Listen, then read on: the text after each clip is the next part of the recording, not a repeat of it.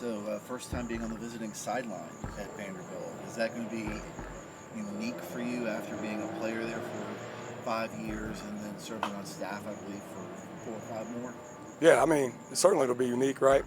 I'm an alumnus of that university, but that's not my focus. My focus is on the task at hand, making sure that I'm serving our defensive players, I'm serving this team in the best capacity that I can, and that we can go put our best foot forward. So no thoughts about what it's going to be like to be back there at all for you, or have you kind of compartmentalized that? I'm pretty streamlined and myopic about the task and the responsibility that I have this week, man. Yeah. Do you feel like you have a good handle on where this team is at? I know season openers can always be kind of weird, and you don't really know stuff until you get on the field and see the team. I mean, you have an idea of the philosophy of the guys on the offensive side of the ball. I mean, you look at their history. They've been extremely productive wherever they've been at any level of football. So you try to get a handle on exactly what they believe in, what works for them, and who they want to be. But certainly with it being the first game of the year, you never really know. So you just got to go out and trust your keys as a defensive unit and play as fast as you can and try to be as right as you can when you can be. What do you like about your group as a defensive whole, just the group's mentality heading into this game?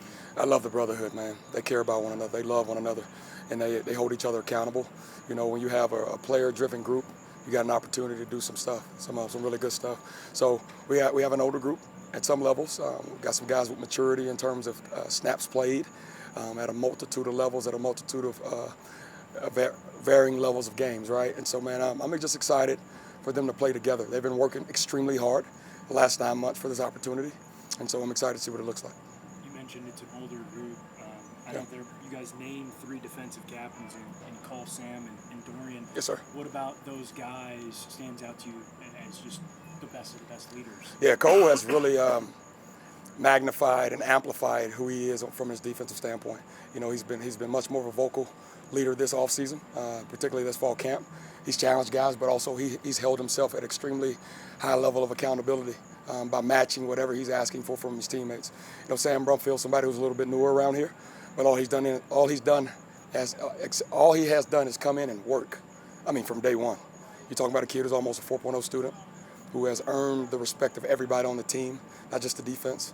Somebody who's earned the position to be one of the first 11 to walk out on the field for the Virginia Tech defense. So, I mean, without saying anything else about the young man, you can imagine what type of person that he is. And Dorian Strong, I mean, he's somebody who has worked his behind off ever since we walked into this building.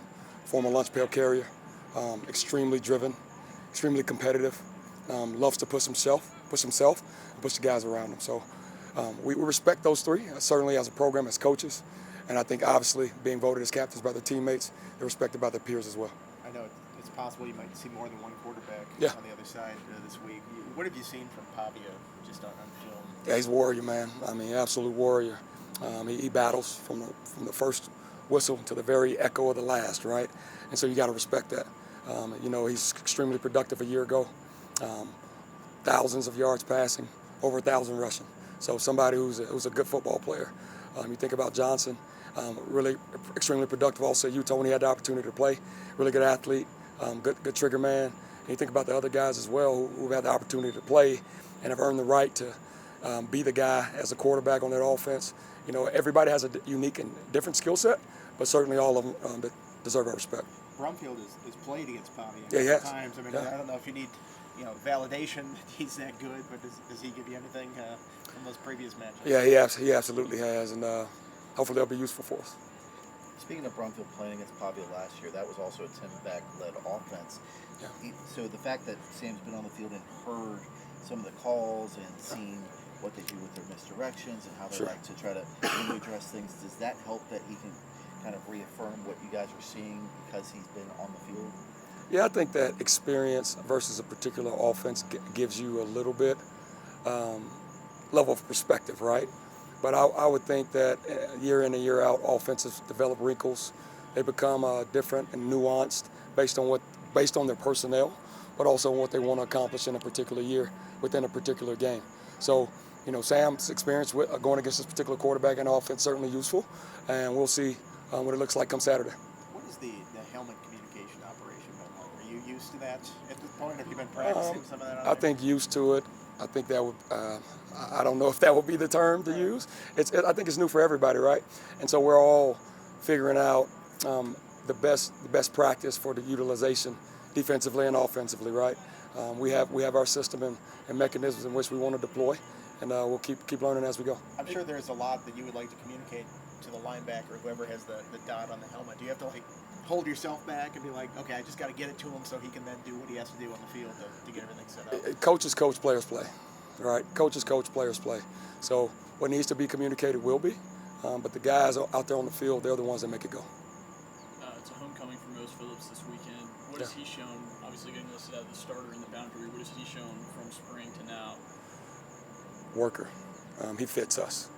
Who he is, how he goes about his business, the family that he comes from, his humility, his drive, his ability to be coached, how he pushes himself.